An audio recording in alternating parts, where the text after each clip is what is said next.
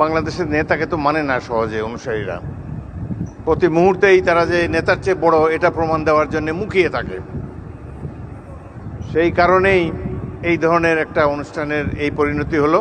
আমরা তো জাতীয় ঐক্যের কোনো বহিঃপ্রকাশ দেখাতে পারলাম না। ভুল তো মানুষ করেই, নিশ্চয়ই এখানে ডকুমেন্টারিতে অনেক ভুল আছে। প্রথম ভুল আমি দেখেছি, সেখানে তো আবু সাঈদের ছবিই নাই। আবু সাঈদ এই বিপ্লবের প্রতিচ্ছবি, প্রতীক। তার ছবি না থাকলে এটা কোনো ডকুমেন্টারি হলো না।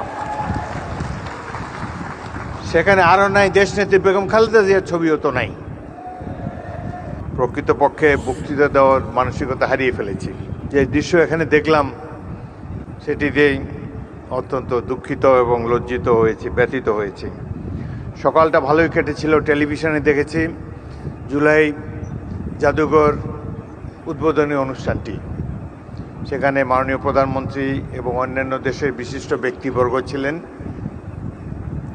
জুলাই যোদ্ধাদের একটি মিলন মেলা দেখতে পেয়েছিলাম সকালে।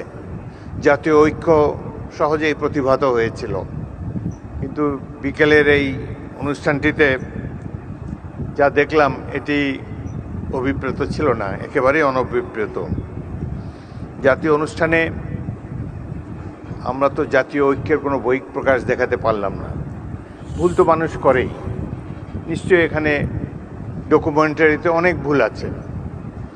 প্রথম ভুল আমি দেখেছি, সেখানে তো আবু সাঈদের ছবিই নাই। আবু সাঈদ এই বিপ্লবের প্রতিচ্ছবি, প্রতীক। তার ছবি না থাকলে এটা কোনো ডকুমেন্টারি হলো না। সেখানে আরও নাই দেশনেত্রী বেগম খালেদা জিয়ার ছবিও তো নাই।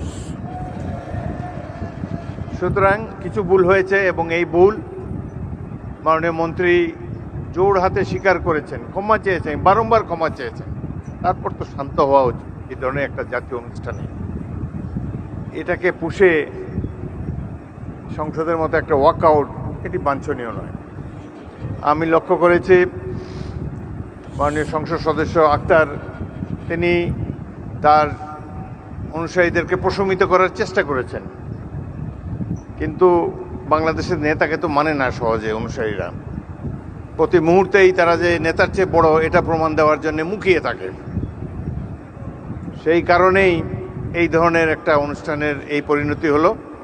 এখানে যারা বিদেশি বসা ছিল, আমি মনে মনে চিন্তা করছিলাম যে ইংরেজিতেই ভাষণ দেবো, বিদেশিরা দেখুক 16 বছর আমরা কিভাবে কাটিয়েছি, কিন্তু তারা তো চলেই গিয়েছে। যাই হোক, জাতীয় অনুষ্ঠানে এই ধরনের বিশৃঙ্খলতা মোটেই কাম্য ছিল না।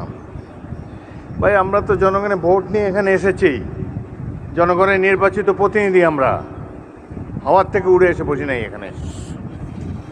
সুতরাং এই সরকার নির্বাচিত একটি সরকার, এটুকু শ্রদ্ধা সম্মান প্রাপ্য।